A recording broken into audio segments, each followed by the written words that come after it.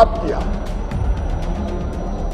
Rotation के नाम पे आरक्षण का विरोध करने पहले हाईकोर्ट गए, वो चुनाव नहीं चाहते थे, हाईकोर्ट में चुनाव, हाईकोर्ट ने चुनाव रोकने से इनकार कर दिया तो सुप्रीम कोर्ट गए, सुप्रीम कोर्ट ने फिर हाईकोर्ट भेजा, इसके बाद भी जब चुनाव स्थित नहीं हुए तो फिर सुप्रीम कोर्ट गए। कांग्रेस का चुनाव था, कांग्रेस का प्रयास था एन कैन प्रकारेण चुनाव ना हो और ओबीसी को आरक्षण का लाभ ना मिले। आरक्षण के कोई चुनाव नहीं होगा। मैं सबका ध्यान आकर्षण करना चाहता हूं, आपका ध्यान आकर्षण करना चाहता हूं। परसों हमने ये बात रखी थी, मैंने सदन में ये बात रखी थी कि हम प्रस्ताव पास करें। हमने सदन में रखा था कि हम आपकी पूरी मदद करने को तैयार हैं। पर मैं जाना चाहता हूं, 1.5 साल पहले जब इनकी सरकार बनी, 1.5 साल से ज्यादा, इनकी जिम्मेदारी थी पंचायत चुनाव करवाएं। हमने रोटेशन करवा दिया था, हमने परिसमन करा दिया था। आप उसमें संशोधन कर लेते अगर आप राजी नहीं थे। 1.5 साल आपने नहीं करवाया, कहते कोविड था। 28 उपचुनाव हो गए और उपचुनाव हो गए, पर पंचायती चुनाव ये नहीं करवा रहे थे। तो सुना आपने किस तरह से मुख्यमंत्री शिवराज सिंह चौहान और नेता प्रतिपक्ष कमलनाथ यहां पर एक दूसरे के ऊपर आरोप लगा रहे हैं और कहीं ना कहीं होड़ मची हुई है ओबीसी का सबसे बड़ा हितैषी कौन। चाहे बाला जो है, गेंद जो है, इस समय सुप्रीम कोर्ट के पाले में फिर पहुंच चुकी है और अब फिर एक बार सरकार को यहां पर अपना पक्ष रखना पड़ेगा और इस पर फायदा ये कहा जा सकता है कि एक अपडेट ये सामने आया कि अब पक्ष और विपक्ष दोनों मिलकर सर्वसम्मति से एक ऐतिहासिक फैसला हुआ, जिसके बाद उन्होंने तय किया है कि ओबीसी आरक्षण के बिना चुनाव नहीं कराए जाएंगे। अब बड़ा सवाल ये है जिस पर हम चर्चा करने समय मौजूद हुए हैं कि आखिर इससे किससे फायदा होगा, किससे नुकसान होगा और आखिर वाकई में ओबीसी वर्ग का हितैषी कौन है। क्या समाज की समरसता का इसमें पहलू उठा है या फिर कहा जाए कि नूरा कुश्ती है, क्योंकि बड़ा वर्ग आता है, 50% से ज्यादा जनसंख्या मध्य प्रदेश में ओबीसी वर्ग से ताल्लुक रखती है। तो दोनों ही दल हैं वो चाहेंगे कि उसको अपनी ओर खींचें और ये स्वाभाविक प्रवृत्ति है। इसके तमाम पहलुओं पर चर्चा करने के लिए बहुत ही खास मेहमान इस समय हमारे साथ स्टूडियो में मौजूद हैं। मैं उनका परिचय आपसे करा देता हूं। हमारे साथ वरिष्ठ पत्रकार और राजनीतिक विश्लेषक श्री राम मोहन चौकसे जी मौजूद हैं, आपका भी बहुत बहुत नमस्कार। और वरिष्ठ पत्रकार राजनीतिक विश्लेषक श्री रवि खरे जी भी हमारे साथ मौजूद हैं, सर आपका भी बहुत बहुत स्वागत है। चौकसे सर, प्रथम दृष्टिया ये जो परिणति हुई है कि साहब दोनों ही पक्ष अब सहमत हो गए कि नहीं साहब, जब तक ओबीसी आरक्षण नहीं होगा तब तक हम चुनाव नहीं कराएंगे, लेकिन जब तक इस पर कोई फैसला नहीं आता है तब तक एक दूसरे की खिंचाई जरूर कर लेते हैं, आरोप प्रत्यारोप लगा लेते हैं, देखते हैं किसके पाले में कौन ज्यादा आता है, कौन कितना बड़ा हितैषी, कौन कितना बड़ा सगा। देखिए आशुतोष जी, ये ओबीसी का मामला जब से चल रहा है, जब से सुप्रीम कोर्ट ने उसको मना किया है, इसमें एक चीज़ बहुत क्लियर सामने आ गई है कि ये जो आपने अभी ये कहा ना कि ये नूरा कुश्ती, इसमें क्या है, नूरा कुश्ती ज़्यादा है। अच्छा, और एक बहुत बड़ा वर्ग है राजनीति से जुड़ा हुआ, वो नहीं चाहता है कि ओबीसी को 27% आरक्षण मिल जाए। वो कतई इस बार इसके चक्कर में वो उन्होंने इस बात का जो राजनीतिक नोटंकी की, मैं इसको नोटंकी ही मानूंगा, कि यहाँ से आप हाई कोर्ट गए, हाई कोर्ट से सुप्रीम कोर्ट गए, सुप्रीम कोर्ट से फिर वापस आप हाई कोर्ट आ गए, फिर सुप्रीम कोर्ट पहुँच गए और सुप्रीम कोर्ट पहुँच के आखिरी में वो उन्होंने अब आज उसमें एक नई नोटंकी में एक नया अध्याय जुड़ गया कि अब दोनों ने, कांग्रेस और भाजपा ने दोनों ने मिल के ये तय कर लिया कि बिना ओबीसी के आरक्षण के हम चुनाव ही नहीं होंगे। एक्चुअली मुझे जो समझ में आ रहा है वो ये समझ में आ रहा है कि इस दोनों दल शायद नहीं चाहते थे कि पंचायत को चुनाव हो जाए, लेकिन ये क्या है कि मीठा मीठा हप और कड़वा कड़ा थू वाली स्थिति बन रही है कि ओबीसी का आरक्षण का फायदा तो लेना चाहते हैं, लेकिन ओबीसी के प्रति जो हमदर्दी है वो केवल दिखावे की हमदर्दी ज़्यादा नज़र आती है, बजाय कि उसको क्रियान्वित करने की प्रक्रिया में लगे। और आखिर में यह हुआ कि आज विधानसभा के चलते हुए फिर वही हंगामा हुआ, फिर ओबीसी को लेके आरोप प्रत्यारोपों का दौर लगा। कमलनाथ जी ने शिवराज जी की सरकार पर, शिवराज जी ने कांग्रेस पर, उन्होंने एक दूसरे को आरोप प्रत्यारोप लगा दिए और फिर बाद में एक नौटंकी का नया अध्याय उसमें जुड़ गया कि साहब हम सर्वसम्मति से ये तय कर लेते हैं कि जब तक आरक्षण नहीं होगा।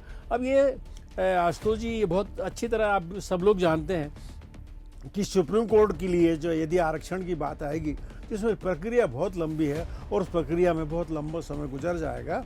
और मुझे तो ये लगता है कि ओबीसी के आरक्षण को लेके ये बात अब बहुत दूर तक चली गई है। बहुत दूसरे तक ये सर रवि खरे सर, ये जो नूरा गश्ती की चर्चा रामन चौकसी जी ने की है, ये जब इतनी सर्वसम्मति थी, इतने दोनों पक्ष एक दूसरे के हितैषी बता रहे थे, तो कोर्ट में जाने से पहले भी तो ये हितैषीपना जो है, ये सगापन जो है वो सामने आ सकता था, आपस में चर्चा की जा सकती थी। और जब जहाँ पे टकराहट हो रही थी, वकीलों के बीच में जिरह हो रही थी, उस समय भी सर्वसम्मति की जा सकती थी पक्ष और विपक्ष के बीच में।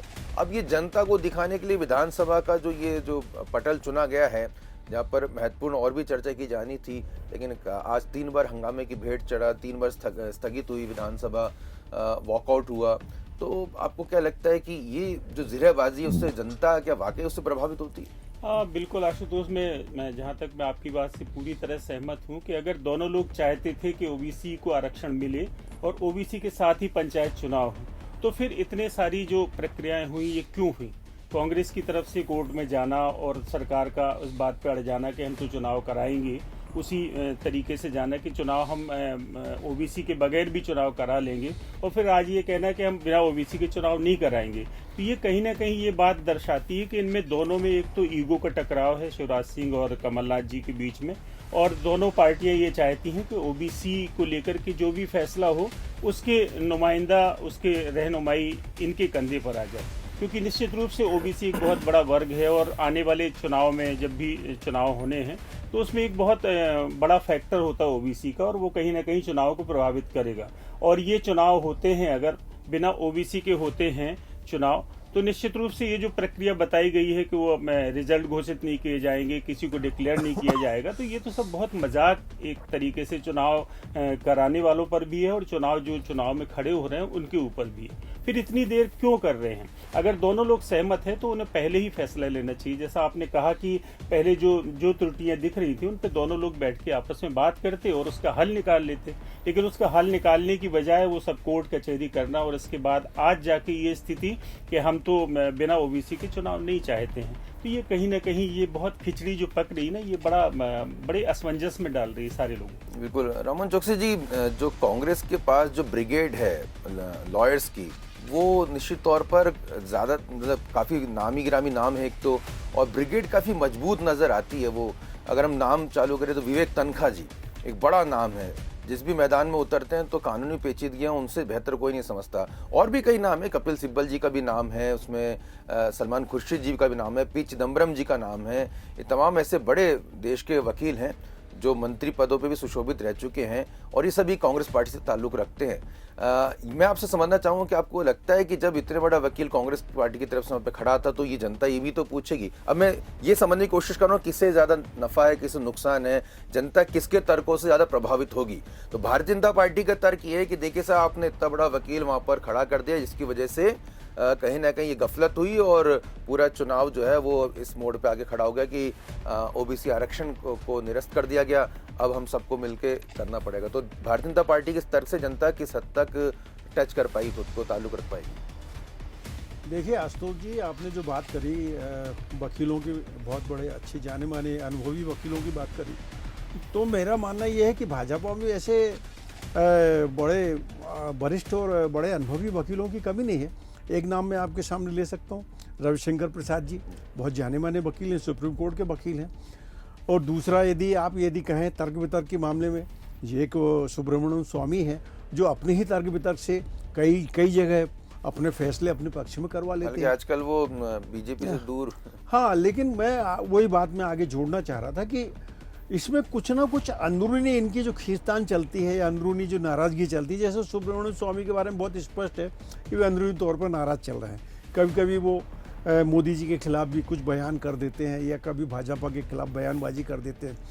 रविशंकर प्रसाद जी जब से कानून मंत्री के पद से हटाए गए हैं तब से रविशंकर प्रसाद जी नेपथ्य में है, बिल्कुल पर्दे के पीछे चले गए हैं। वो कहीं उनकी आवाज़ नहीं सुनाई देती है, कहीं उनका वो नहीं होता, वो वापस अपनी बगालत की उस पेशे में वापस आ गए हैं। तो मैं अब जो आपने बात कही नफ़ा और नुकसान का, देखिए आशुतोष जी, आज के ज़माने में जो मतदाता है वो इतना जागरूक मतदाता है, आप उसके सामने कुछ भी परोसते रहिए, कुछ भी बोलते रहिए, वो अपनी प्रतिक्रिया बिल्कुल नहीं देना चाहता है और न देता है। लेकिन जब चुनाव का मौका आता है तो वो जो है अपने चुनाव के मौके पर अपने मत के माध्यम से ये बता देता है कि आप कितने गहरे पानी में हैं। अब रहा सवाल इसमें नफा नुकसान होने का, तो मैं ऐसा मानता हूँ कि इसका जो मतदाता जो है आमतौर पर मतदाता जो है आकलन करेगा, आकलन करने के बाद उसमें देखेगा, और उसमें मैं व्यक्तिगत तौर पर ये मानता हूँ इसमें दोनों ही दोषी हैं। एक खाली इसमें भाजपा दोषी नहीं है, ये कांग्रेस दोषी नहीं है। तो मतदाता भी ये फैसला करेगा और नुकसान इसमें दोनों को होने वाला है। यदि बात करेंगे नफा नुकसान की, इसमें नुकसान दोनों का होगा। और जैसा कि मैंने पहले कहा कि कुछ लोग चाहते हैं, कांग्रेस में भी कुछ लोग हैं, भाजपा भी कुछ लोग हैं जो चाहते हैं कि 27% का ओबीसी को आरक्षण ना मिल पाए, और वो इसी प्रक्रिया में सतत लगे रहते हैं। तो इसमें नुकसान तो दोनों पक्षों को होना तय है।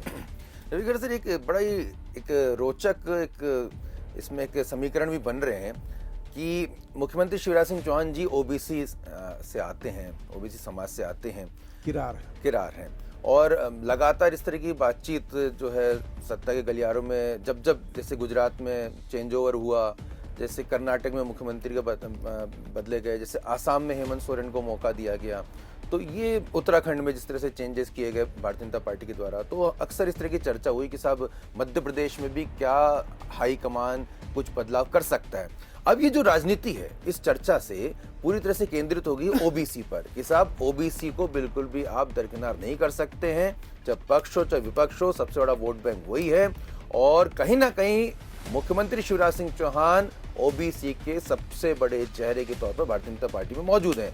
ऐसे में अगर समीकरणों की चर्चा करें तो क्या हम ये कह सकते हैं कि इससे कम से कम व्यक्तिगत तौर पर शिवराज सिंह चौहान जी को एक इमेज बिल्टअप में बड़ा फायदा हुआ है कि देखिए एक बड़ा चेहरा आपके साथ मौजूद है? हाँ, देखिए आशुतोष, मैं आपकी बात का जवाब दूंगा, लेकिन उससे पहले मेरे दिमाग में एक बात आ रही है कि ये जो पूरा ओबीसी वाला जो पूरा मामला है, ये कांग्रेस और भारतीय जनता पार्टी के बीच में एक क्रिकेट मैच की तरह है। और इसमें जो दो प्रमुख खिलाड़ी हैं, एक बल्लेबाज शिवराज सिंह चौहान हो गए और दूसरे गेंदबाज कमलनाथ हो गए, दोनों ने फाउल किया है। कमलनाथ ने नो बॉल फेंकी है और शिवराज सिंह चौहान ने उसको स्निक कर दिया है, लेकिन वो देख नहीं पा रहा है कोई। दोनों अपनी जगह दोषी हैं, लेकिन जहां तक बेनिफिट ऑफ डाउट का मामला है तो वो शिवराज सिंह के साथ जाते नजर आ रहा है। इसलिए वो पिछड़े वर्ग का जो उन्होंने आज दांव खेला कि बिना पिछड़े वर्ग के चुनाव हम नहीं होंगे, संकल्प लेते हैं। और जहां तक आप मुख्यमंत्री की बात कर रहे हैं, एक बड़े वर्ग का प्रतिनिधित्व वो करते हैं शिवराज सिंह चौहान, तो निश्चित रूप से ये तो जग जाहिर है कि शिवराज सिंह चौहान न सिर्फ पिछड़ा वर्ग बल्कि और दूसरे वर्गों को भी साधने में बहुत माहिर हैं। इसलिए वो इतनी लंबी पारी आज तक खेल रहे हैं और ये फायदा तो उनको जरूर मिलेगा। और जो स्टैंड उन्होंने लिया है उसके पीछे ये एक वाजिब वजह हो सकती है। जी, एक अंतिम सवाल और लेना चाहूंगा राममोहन चौकसी जी। उत्तर प्रदेश में एक बड़ा राज्य है, चुनाव होने वाले हैं, और हालांकि उसके साथ में उत्तराखंड भी बने, लेकिन यूपी चुनाव पे सबकी नजर है। ये जो गहमा गहमी और ओबीसी की जो पुकार यहाँ पर उठ रही है मध्य प्रदेश में, तो जो उत्तर प्रदेश की सीमा से सटे हुए जो हमारे मध्य प्रदेश के जो जिले हैं और जो उत्तर प्रदेश के जो जिले हैं जहाँ पे चुनाव होने हैं, उसमें इस पूरे घटनाक्रम का क्या कुछ असर आप देखते हैं? देखिए आशुतोष जी, जहाँ तक मैं समझ पा रहा हूँ कि इससे बहुत ज़्यादा फर्क मेरी समझ में नज़र नहीं आता है क्योंकि उत्तर प्रदेश के जो चुनाव है वो विधानसभा के चुनाव और उसका जो मुख्य एजेंडा है और उसके जो तथ्य हैं वो केवल ये ओबीसी को लेके कहीं उसमें नहीं है। वहाँ पर चुनाव के मुद्दे कहीं और हैं, कुछ और हैं।